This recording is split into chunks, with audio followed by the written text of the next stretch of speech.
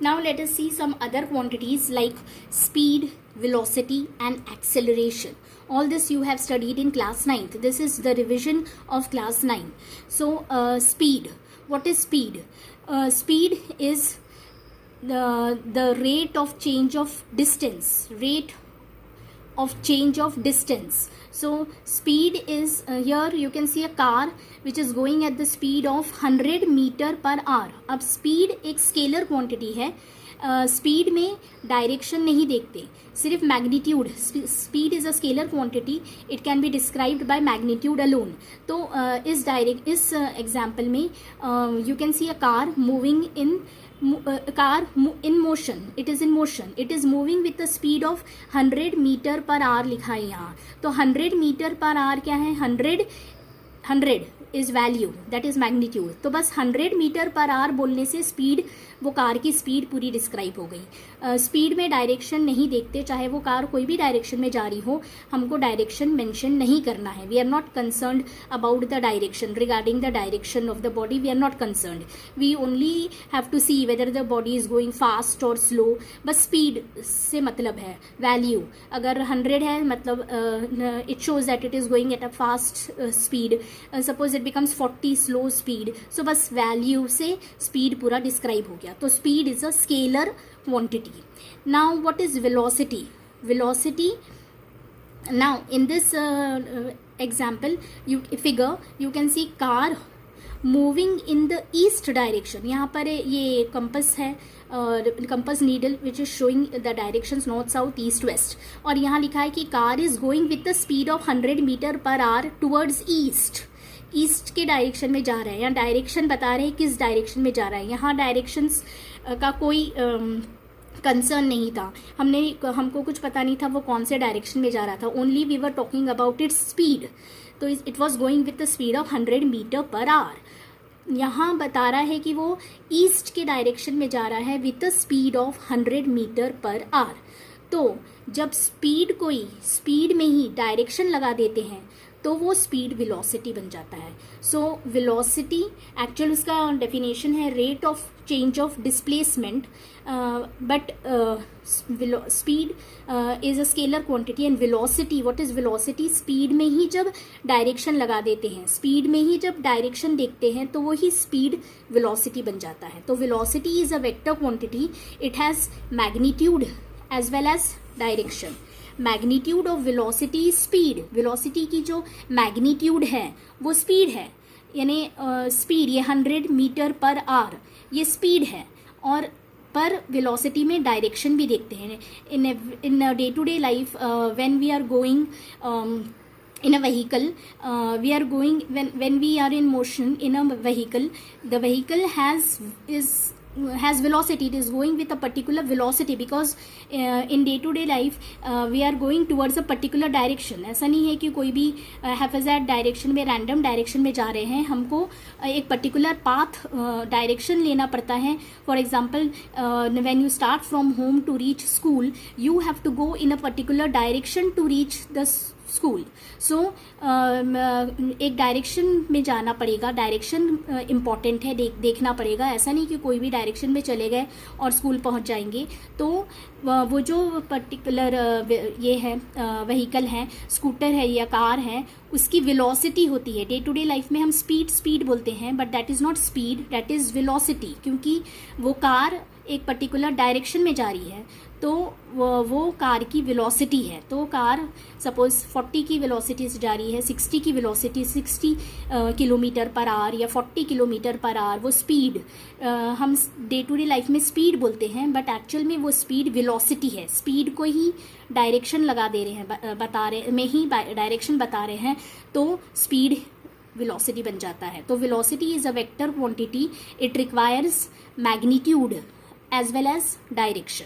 तो वेलोसिटी में डायरेक्शन बहुत इंपॉर्टेंट है, तो इसलिए वेलोसिटी वेक्टर क्वांटिटी है. जिन क्वांटिटीज़ में डायरेक्शन देखते हैं उन क्वांटिटीज़ को वेक्टर क्वांटिटीज़ बोलते हैं. और स्पीड में डायरेक्शन देखते ही नहीं. स्पीड सिर्फ वैल्यू पर डिपेंड करता है, फास्ट जा रही है या स्लो जा रही है, बस उससे मतलब है. कौन से डायरेक्शन में जा रही है वो नहीं देखते हैं. तो स्पीड स्केलर है और वेलोसिटी वेक्टर है. तो velocity it depends on magnitude as well as direction.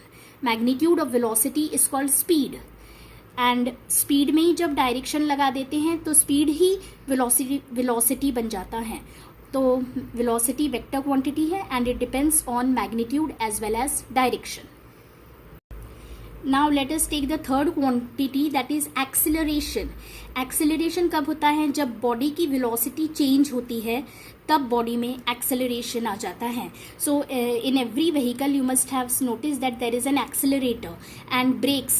दो चीज़ है, एक्सेलरेटर और ब्रेक्स. एक्सेलरेटर से तुम गाड़ी का स्पीड कम ज़्यादा कर सकते हैं, रेज कर सकते हैं, और ब्रेक से स्पीड कम होता है. तो two things are always there in all vehicles, accelerator and brakes. Accelerator is meant for increasing the speed of the vehicle and brakes are meant for decreasing the speed of the vehicle.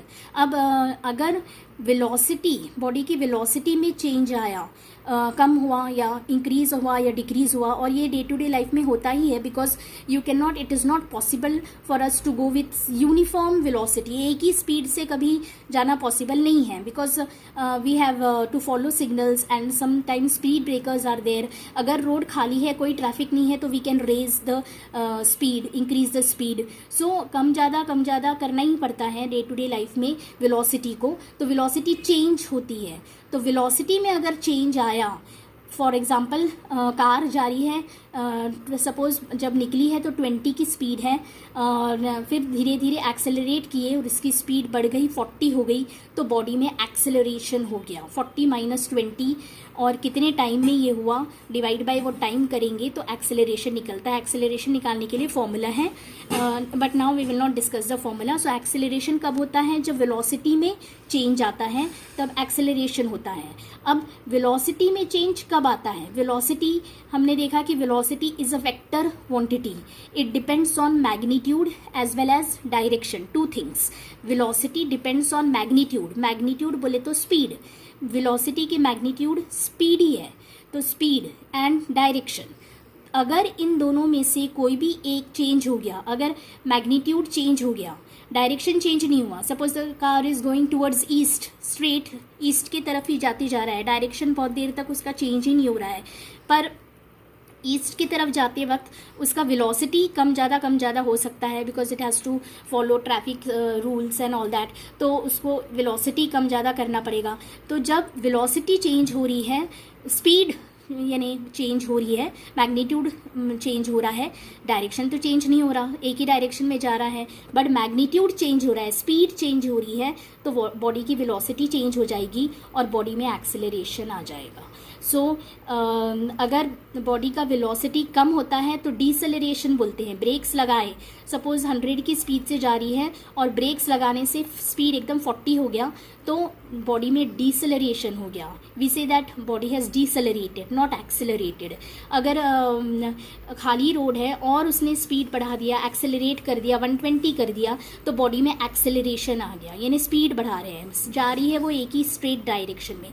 तो speed change करने से body का velocity change हो जाता है. Direction constant है, direction change नहीं हो रहा है, बट स्पीड चेंज हो रहा है और बॉडी का वेलोसिटी चेंज हो रहा है और बॉडी में एक्सेलरेशन आ गया.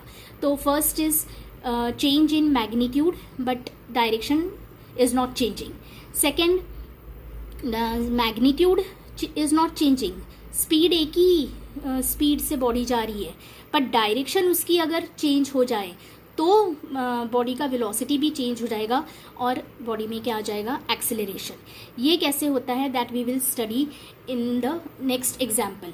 तो वेलोसिटी में चेंजेस कब आ सकते हैं? वेलोसिटी में चेंजेस 2 रीजंस के कारण. एक है जब मैग्नीट्यूड चेंज होना बट डायरेक्शन चेंज नहीं हो रहा, and second is magnitude constant है और डायरेक्शन चेंज हो रहा, एंड थर्ड एक और है जब दोनों भी, मैग्नीट्यूड भी चेंज हो रहा और डायरेक्शन भी चेंज हो रहा, तो बॉडी का वेलोसिटी चेंज हो सकता है.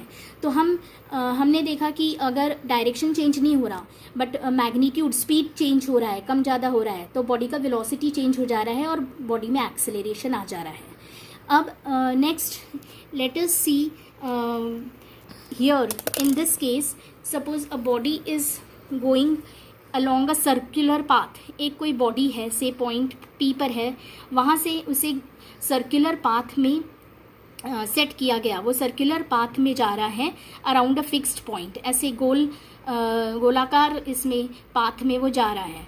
तो in this case the distance covered by the body is 2 pi r, that is circumference of the circle। Distance में डायरेक्शन नहीं देखते, तो P से चालू हुआ और P पर पहुंच गया।